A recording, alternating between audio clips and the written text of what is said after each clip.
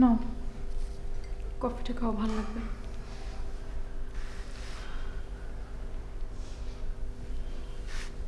ভালো লাগার অনুভূতিগুলো বোধহয় নষ্ট হয়ে যাচ্ছে প্রীতি। অনুভব জেল হাজতে বারবার চোখের সামনে ভেসে উঠছে, আমি কিছুতেই বলতে পারছি না।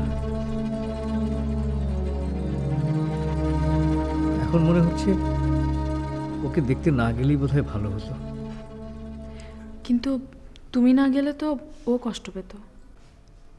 তা ঠিক, কিন্তু ওকে এভাবে দেখব সেটা তো কখনো ভাবিনি। মানুষ যা ভাবে তা কি সবসময় ঠিক হয়? তুমিই বলো, তুমি কি কখনো ভেবেছিলে যে স্বদেশ পুলিশের কাছে অনুভবের নাম বলবে?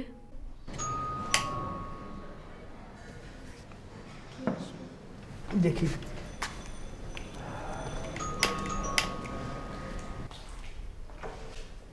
ওকে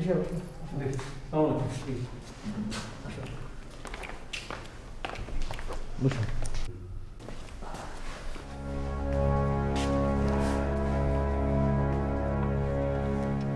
হ্যাঁ ওকে সাহেব বলুন, কতদূর এগুলেন?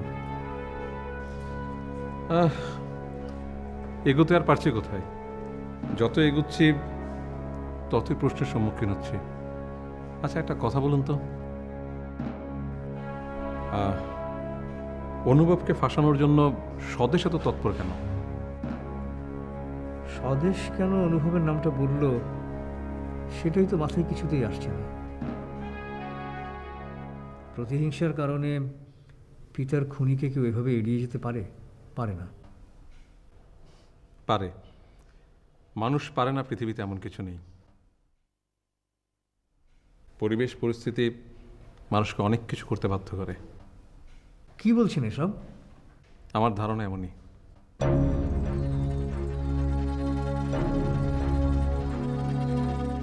দেখো স্বদেশ, আমাদের এই শহরটা একটা পরিবারের মতো। একটা পরিবারের ভিতরে ধরো দ্বন্দ্ব থাকে, কলহ থাকে, বিদ্রোহ থাকে, সব কিছু থাকে। আমাদের শহরের মধ্যে আছে, কিন্তু প্রতিহিংসা খুব খারাপ। প্রতিহিংসা যদি তুমি জিয়ে রাখো, সেটা কিন্তু বোকামি ছাড়া আর কিচ্ছু না। প্রতিহিংসা? হ্যাঁ, প্রতিহিংসা। অনুভবের সঙ্গে তুমি যেটা করছো সেটা প্রতিহিংসা ছাড়া আর কিচ্ছু না। নেহার অনুভবের সম্পর্কটা তুমি মেনে নিতে পারছো না, এটা অবশ্য দোষেরও কিছু না, কিন্তু প্রতিহিংসায় কাউকে দোষী করা কিন্তু অপরাধ। আপনি যেটাকে প্রতিহিংসা বলছেন সেটা আমার কর্তব্য। তাছাড়া পুলিশ কাউকে সন্দেহ করলে সেটা আমার করার কিছু নেই। আহা, পুলিশ তো আর এমনি এমনি সন্দেহটা করছে না। একটা জিনিস কিন্তু তোমাকে ভাবতে হবে, পুলিশকে এই সন্দেহটা কে করালো? সেটা পুলিশকে গিয়ে জিজ্ঞেস করুন। আমার মুখের কথা তো আপনার বিশ্বাস হবে না। দেখো স্বদেশ, আমি খুবই সাধারণ একজন মানুষ, সঙ্গীত সাধক। সঙ্গীত মানুষকে ভালোবাসতে শেখায়, সুর মানুষকে ভালোবাসতে শেখায়, বিশ্বাস করাতে শেখায়। দেখো মাস্টার মশাই আজ এই পৃথিবীতে নেই, কিন্তু মাস্টার মশাই তোমার পিতা হলেও তিনি কিন্তু একসময় আমাদের শিক্ষক ছিলেন।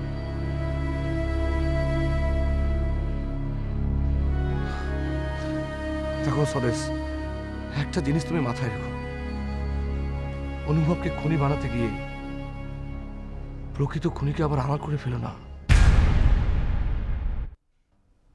এতে কিন্তু এক সময় না এক সময় তোমাকে পস্তাতে হতে পারে।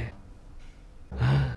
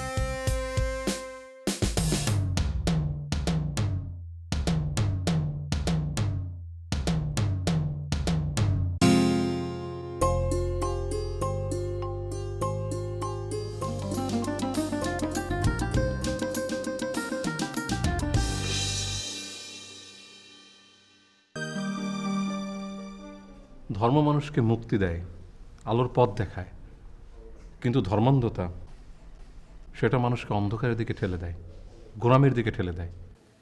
এই ধর্মান্ধ মানুষগুলো তাদের গোলামির জন্য সব কিছু করতে পারে। ধর্মীয় গোড়ামির কারণে পিতার খুনিকে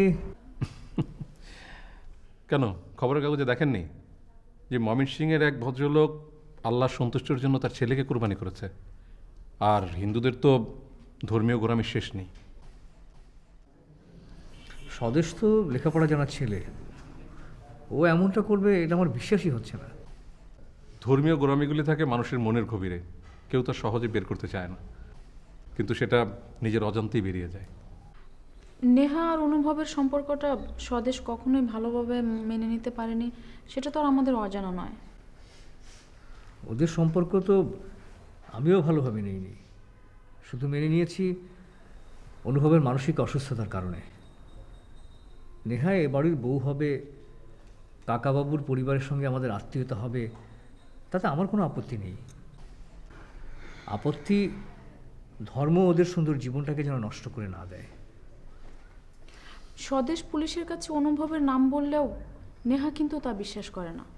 সে গোপনে অনুভবের সাথে দেখা করতে আসে। খেলাটা তো সেখানেই। এই খুনের পেছনে রয়েছে একটা জটিল খেলা, মানে মানুষ যা ভাবছে ঠিক তার উল্টো। মানে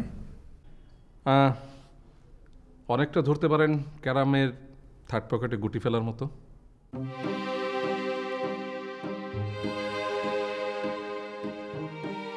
ভালো মন্দ সবকিছু মিলায় হচ্ছে জীবন। সবসময় ভালো যাবে, সবসময় মন্দ যাবে এমন কিন্তু না। ঠিকই বলছেন ভাই। কি ঠিক বলছেন? ওই বুঝা কথা বলবি না, বুঝা কথা বলবি না, ঠিক আছে? জি ভাই, জি ভাই, ঠিক আছে। শোন, আমাদের কর্মসূচি বিভিন্ন কারণে থেমে গেছে, কিন্তু কর্মসূচি চলতেছে অন্যভাবে। এই যে হারুন কন্ডাক্টর, সে যে কর্মসূচি হাতে নিচ্ছে সেটা কিন্তু আমাদেরই কর্মসূচির প্রতিফলন, এবং সেই কর্মসূচি চলতেছে অন্যভাবে, এবং সেই কর্মসূচি আমাদের কর্মসূচির চাইতেও মহৎ।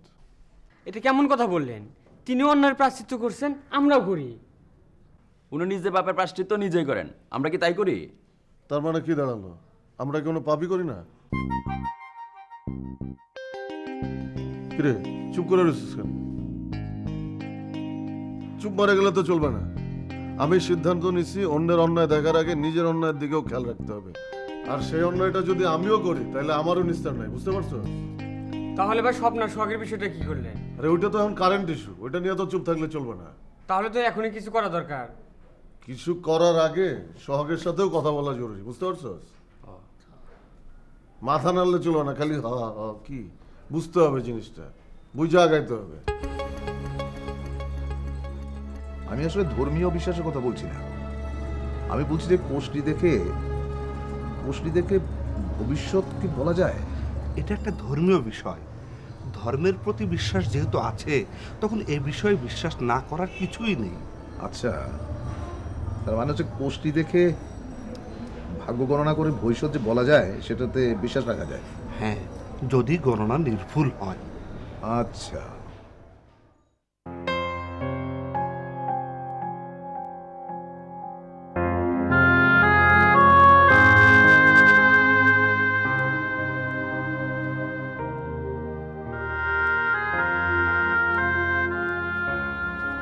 দাদা, ওস্তাদজি কেন এসেছিলেন?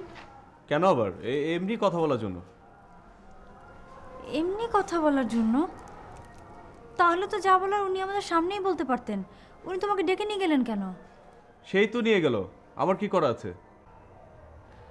দাদা, উনি এমন কিছু বলেননি তো যা জানলে আমাদের পরিবারের বিশ্বাসে ফাটল ধরতে পারে? তুই কি আমাকে অবিশ্বাস করিস?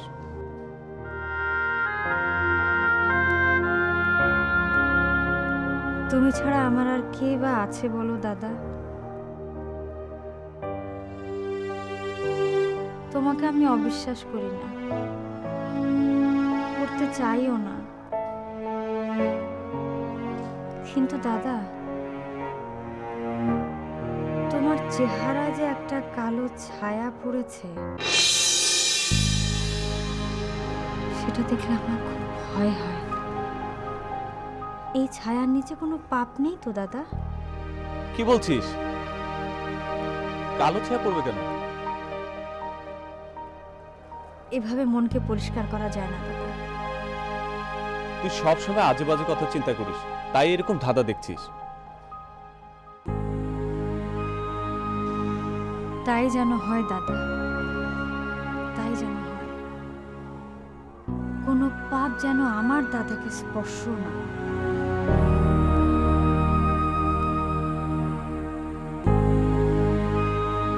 সত্যি কি আমার মুখে কালো ছায়া পড়েছে?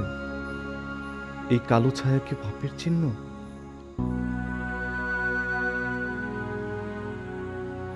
নেহাজি বলল হাজার মুছলে এই চিহ্ন মুছবে না।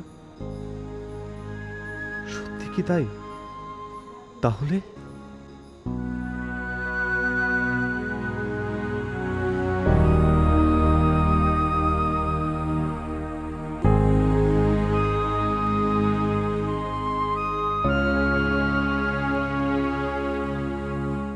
আচ্ছা, এই গণকের মতলবটা কি?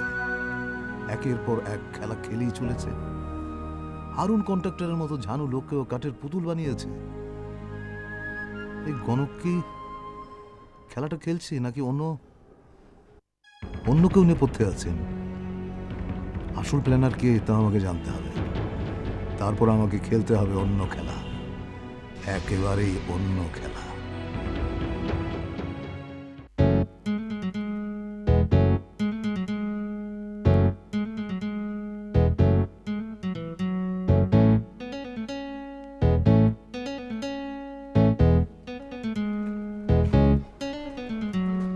দাঁড়া রসুল ডাক দে। এত রাতে যাওয়া কি ঠিক হবো ভাইজান? সোহাগের বাপ চরম খাটাস, দেখলে রেগে যাইব। তাহলে আমি যাই। এইটা আবার কেমন কথা কইলেন ভাইজান? তাহলে তুইও যাবি না, আমারও যাইতে দিবি না। তাহলে সোহাগের সাথে কথা হবে কি করে? ভাই আমি কই কি, তা আমরা ব্যাপারটি মিলে না হয় যাই। না, সবাই মিলে যাওয়া ঠিক হবে না। এমনি আমগো নাম বদনামের শেষ নাই বেটা। সবাই মিলে গেলে আরো বদনাম ছড়াইবো। আপনি খালি একবার অনুমতি দেন ভাই, দেখেন সোহাগকে যে আমি ঠিকই ধরে নিয়ে এসেছি। মানে ভাই কইছিলাম কি, ওই সোহাগের বাপ তো কানে কম মনে। তাহলে তো ডাকও শুনবো না। না ডাক দে।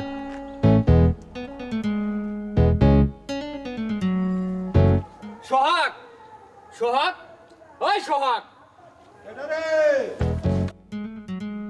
ভাই চাচা টের পাইছে, চলেন ফুটি।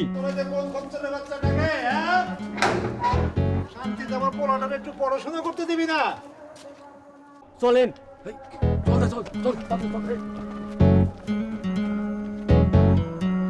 কি হইলো?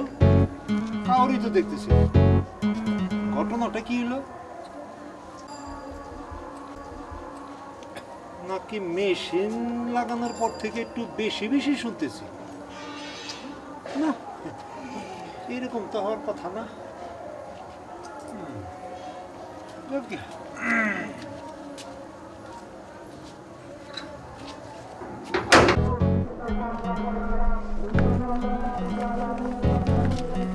ঘটনা কি? সফর চেয়ে তোর ডাক শুনে বাইরে আসবে কেন? সেটাই তো ভাই বুঝতেছি না। গোফার চাচা তো চরম ঠসা, আমার ডাক সে শুনলো কেমনে? সে কি আমাদের ডাক শুনছে নাকি ওই যে সোহাগ তার চেতাই দিছে? না ভাই, সোহাগের অত বড় সাহস হইব না। বিষয়টা জানা দরকার।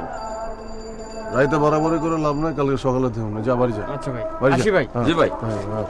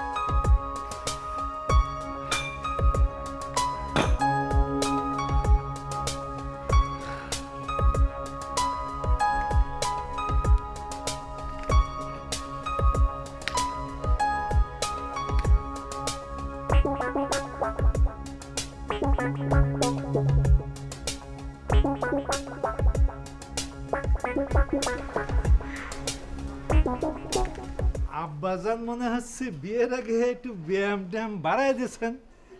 জি আব্বাজান, এই ব্যায়াম করলে শরীর ভালো থাকে, আবার ওই মনও ভালো থাকে। কি করলেন? ব্যায়াম করলে শরীরের শক্তি বাড়ে, বউ খুশি হয়? তওবা তওবা তওবা তওবা! আরে কোন ছেলে বাপের সামনে এরকম কথা কতে পারে? আব্বাজান, আপনারা আমি কইছি সব সময় কানের মধ্যে মেশিনটা ঢুকে রাখবেন, তাহলে মানে কইবো একটা আর আপনি শুনবেন আর একটা। আমার হয়েছে যত যন্ত্রণা। তার মানে এতক্ষণ যা শুনেছি তা তুমি কওনি? জি না, আমি বলেছি ব্যায়াম করলে শরীর ভালো থাকে, মনও ভালো থাকে। তাই তো বলি, আমার সোনার ছেলে এইরকম ব্যালান্স কত তো কখনো করতেই পারে না। ভালো ভালো ভালো, করো করো বাবা, ব্যায়াম করো। ও ভালো কথা বাবা সোহাগ, এই ব্যায়াম করে করে তো শরীর ঠিকই বাড়তিছে, কিন্তু বুদ্ধি তো ঠিক বাড়তিছে না। কেন আব্বাজান, হঠাৎ আপনার এই কথা মনে হলো কেন? আরে মনে হওয়ার তো ব্যাপার না, ঘটনাটা তাই ঘটতিছে।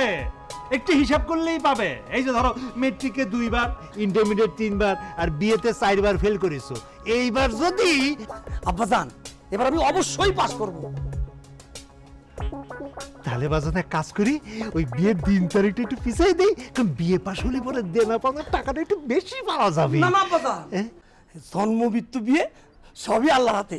তাছাড়া আপনি যখন কথা দিয়ে ফেলেছেন, তখন আর কথার বরখেলাপ করা যাবে না। এতে এতে আল্লাহ নারাজ হবে।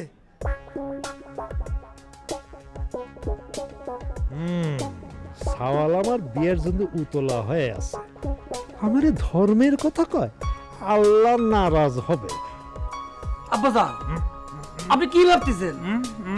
না না কিছু না, করো করো বাজান, ব্যায়াম করো করো। আচ্ছা ঠিক আছে।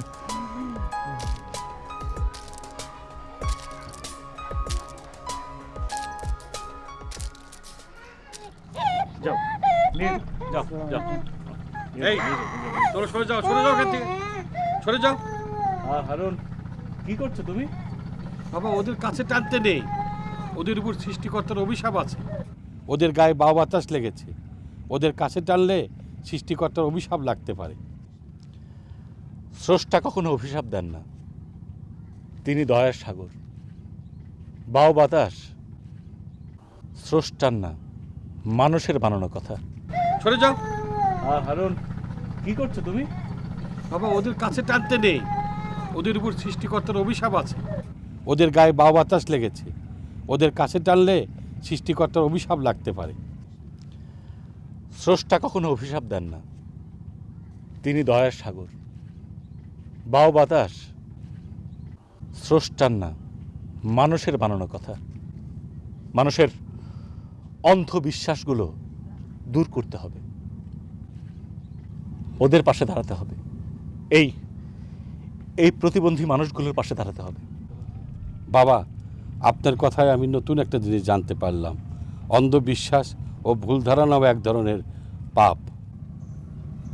হ্যাঁ, এই অন্ধবিশ্বাস থেকে মুক্ত হয়ে এই এই মানুষগুলোর পাশে দাঁড়াতে হবে। কিন্তু বাবা, আমি যে একটা ভুল করে ফেলেছি, আমি যে শুধু আপনার জন্য খাবার এনেছি। তুমি এই মানুষগুলোর কথা ভাবছো তো? কোনো অসুবিধা নেই হারুন, ভালোবাসা ভাগ করলে কখনো কমে না, বরং বরকত হয়। আসো আসো।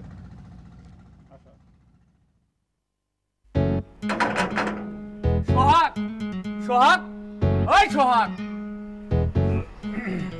কে? আসসালামু আলাইকুম চাচা। ওয়ালাইকুম আসসালাম।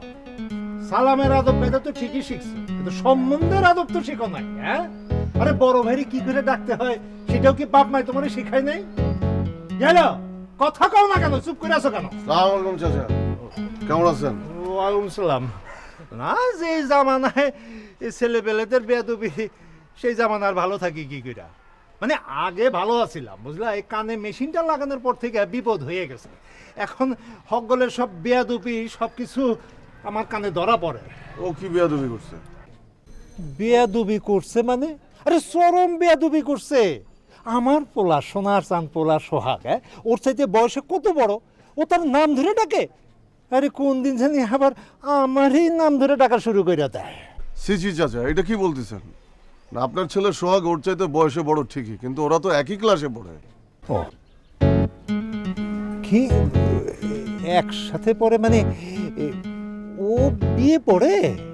এখন আপনিই বলেন, ক্লাসমেটরে বড় ভাই বলে ডাকলে ব্যাপারটা কেমন হয়ে যায় না? এখন সবাই যদি সোহাগরে বড় ভাই বলে ডাকে, তাহলে তো সোহাগ তো আদু ভাই হয়ে যাবে। তা তো ঠিকই, কথাটা ঠিকই বলছো। কিন্তু বাবা, ও তো সারাদিন বাউন্ডুলে পোনা কইরা ঘুরে বেড়ায়, তো ও লেখাপড়া করে কখন? চাচা, আপনি যাকে বাউন্ডেলে পনা বলছেন, সেটা আসলে বাউন্ডেলে পনা না, সেটা আসলে সমাজের প্রতিকার করা, সমাজ সেবা। বুঝতে পারছেন? মাইনে মানে আমরা যদি অন্যায়ের প্রতিবাদ করি, তাহলে দেশটা সুন্দর হবে, সমাজটা সুন্দর হবে। কথা তো ভালোই বলছো। সেজন্যই তো আমি বলি যে অন্যায় দেখলেই প্রতিবাদ করেন, সেটা নিজে করুক বা অন্য করুক, যে কেউ করুক। ঠিক আছে? আসি চাচা, আসসালামু আলাইকুম।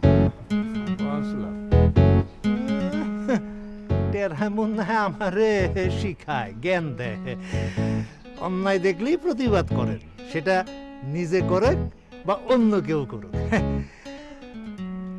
আচ্ছা, এই কথাটা আমারে বললো কেন? অন্য কোনো মতলবে আসছিল নাকি? হ্যাঁ,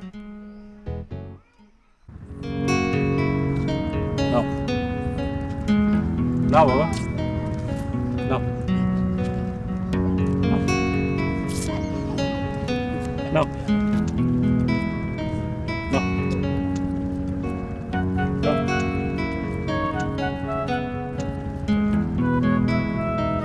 এই যে নাও নাও নাও নাও নাও। কি হলো আরুন, তুমি খাচ্ছ না কেন? হ্যাঁ, আর লজ্জা দিবেন না বাবা, ওদের চোখে মুখে আনন্দের ঝিলিক দেখে নিজে খাওয়ার কথা ভুলেই গেছে। ওদের আনন্দ দেখে তোমার সুখ অনুভব হচ্ছে, তাই না? হচ্ছে, খুব সুখ অনুভব হচ্ছে বাবা। যে অন্যের আনন্দের মাঝে নিজের সুখ খুঁজে পায়, অন্যের ব্যথায় ব্যথিত হয়, সেই তো প্রকৃত মানুষ।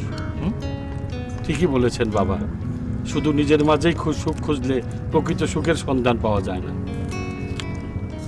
কারণ খাও খাও বাবা, খাও খাও খাও খাও খাও খাও। এই যে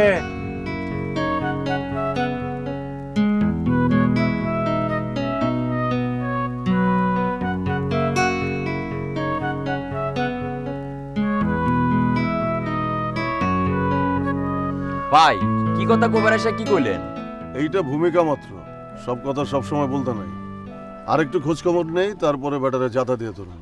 খোঁজ খবর কি দিবেন ভাই? সামনে শুক্রবার তো বিয়ে। কিন্তু কি কি যৌতুক দিতে চাই তা কি ঠিক ঠিক জানিস? না ভাই। সেটা তো আগে জানা দরকার। তাহলে ভাই আমি যাই, খোঁজ খবর নিয়ে আসি। ঠিক মতো খোঁজ খবর নিয়ে আসবি। রাজার ঘোড়ার বাচ্চা দেখার মতো এক কাজে বারবার যাবে না, বুঝছস? জি ভাই। যা। আচ্ছা ভাই, আসি।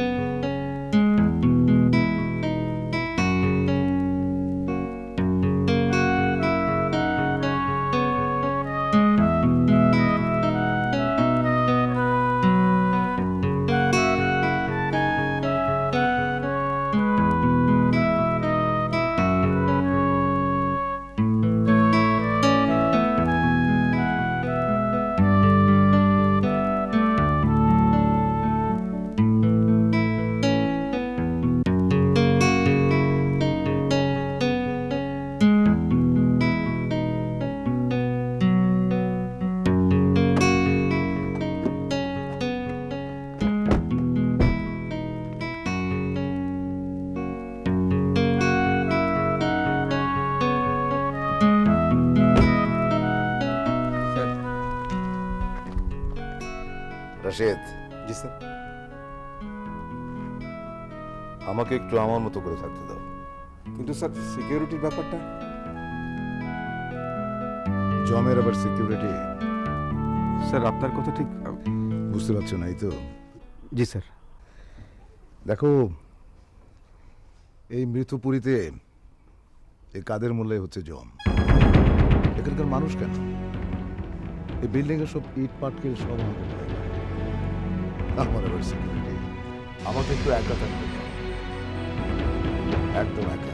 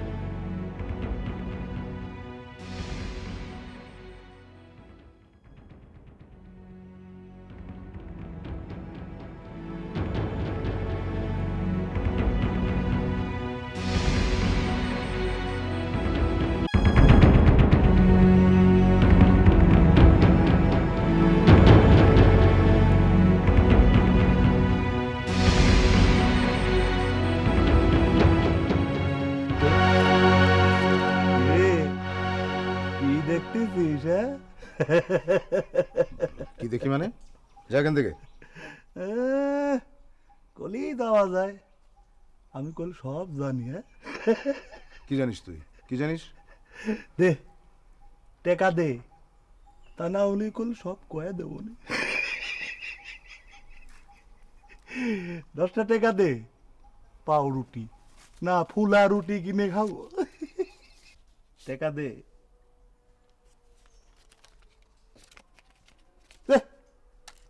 10 টাকা দে, ফুলা রুটি কিনে খাবো।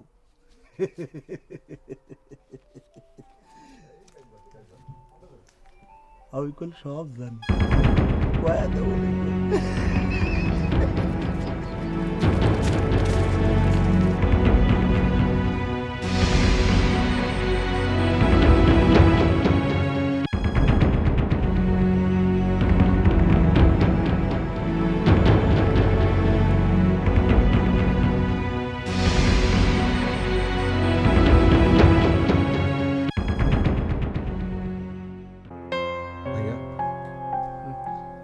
তুমি এরকম চুপ করে বসে আছো কেন?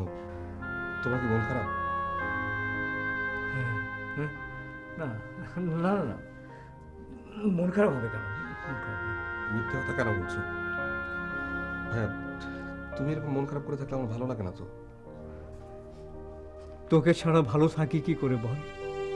সেই জন্যই তো ছুটে এলাম। ওরা তোকে আসতে দিল? কেন দেবে না? ভাই, আমি তো কোনো অপরাধ করিনি। আমাকে বিনা অপরাধে আর কতদিন আটকে রাখবে? হ্যাঁ তাই তো, মিথ্যে অপরাধে ওরা তোকে আটকে রেখেছে। এই সত্যটা জেনেও আমি হাত গুটিয়ে বসে আছি। আমি তোর জন্য কিছুই করতে পারছি না, কিছুই করতে পারছি না।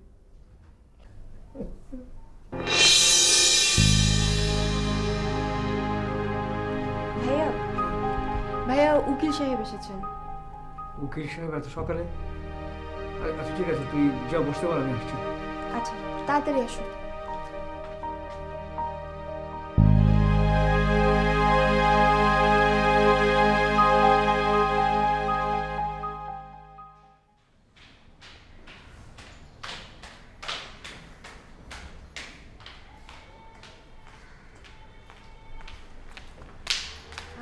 আপনি একটু বসুন, ভাই আসছে। Thank you. অধরা, জি।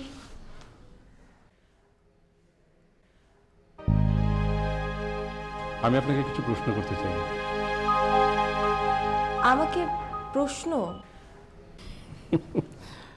না, আসলে কোনো উকিলি জেরা না, জাস্ট সাইকোলজিক্যাল টেস্ট।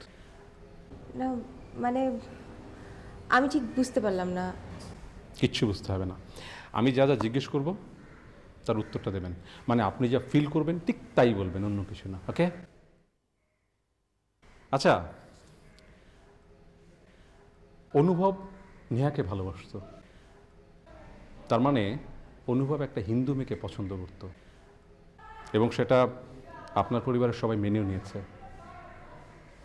মানে পুরো ব্যাপারটা ঠিক করলে দাঁড়ায় যে নেহা এই বাড়ির বউ হয়ে আসলে আপনার পরিবারের কারো কোনো আপত্তি নেই, ঠিক? জি, অনেকটা তাই। আচ্ছা, বিষয়টাকে যদি আমরা একটু রিভার্স করি, মানে আপনার পরিবারের কোনো মেয়ে যদি কোনো হিন্দু ছেলেকে পছন্দ করে, তাহলে কি এই পরিবারের লোকজন ওই হিন্দু ছেলেটিকে জামাই হিসেবে গ্রহণ করত? এটা কি করে সম্ভব?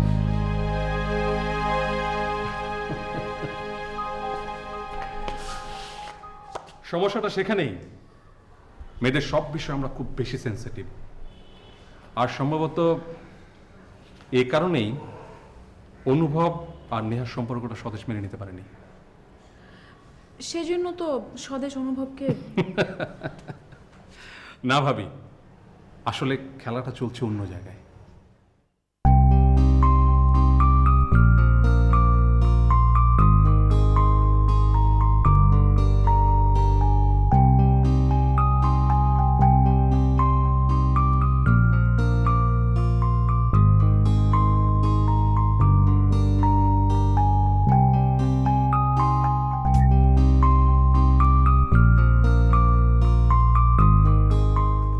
এই যে নেহা।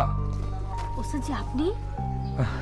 হ্যাঁ নেহা, তোমার সঙ্গে আমার একটু জরুরি আলাপ ছিল যে। বাড়িতে গেলেই তো পারতেন। না, আসলে কথাগুলো বাড়িতে বলা যাবে না, তাই ভাবলাম যে তোমাকে একা কোথায় পাওয়া যায়, তাই ভাবলাম যে তুমি তো সবসময় মন্দিরেই আছো, তাই সুযোগ বুঝে চলে এলাম। এখানে অনেকক্ষণ ধরে ওত পেতে বসে আছি। ওস্তাদজি, আপনি যেরকম জানেন যে আপনি এখানে ওত পেতে ছিলেন, আমার আর আপনার কথাও তো এখানে কেউ ওত পেতে শুনে ফেলতে পারে, তাই না? হায় হায়, কি বলছো মাইরি? আমাদের কথা উৎপুরে কে শুনবে বলো তো দেখিনি? আমাদের এখানে কথা বলা ঠিক না। আরে কিন্তু কথাগুলো তো বাড়িতেও বলা যাবে না। আচ্ছা ঠিক আছে, আপনি একটা রিক্সা নিয়ে বাতির দিকে চলে আসুন, আমি এটা রেখে আসছি। তাহলে তুমি একটা কাজ করো, আমি রিক্সা নিয়ে এসেছি, তুমি রিক্সা নিয়ে এই জিনিসপত্রগুলো কোথাও রেখে বাজার ওখানে চলে আসো, আমি বাজার ওখানে যাচ্ছি, ঠিক আছে? এই ওকে নিয়ে যাও, যাও যাও যাও যাও, আসো, আমি ঢুকছি, যাও যাও।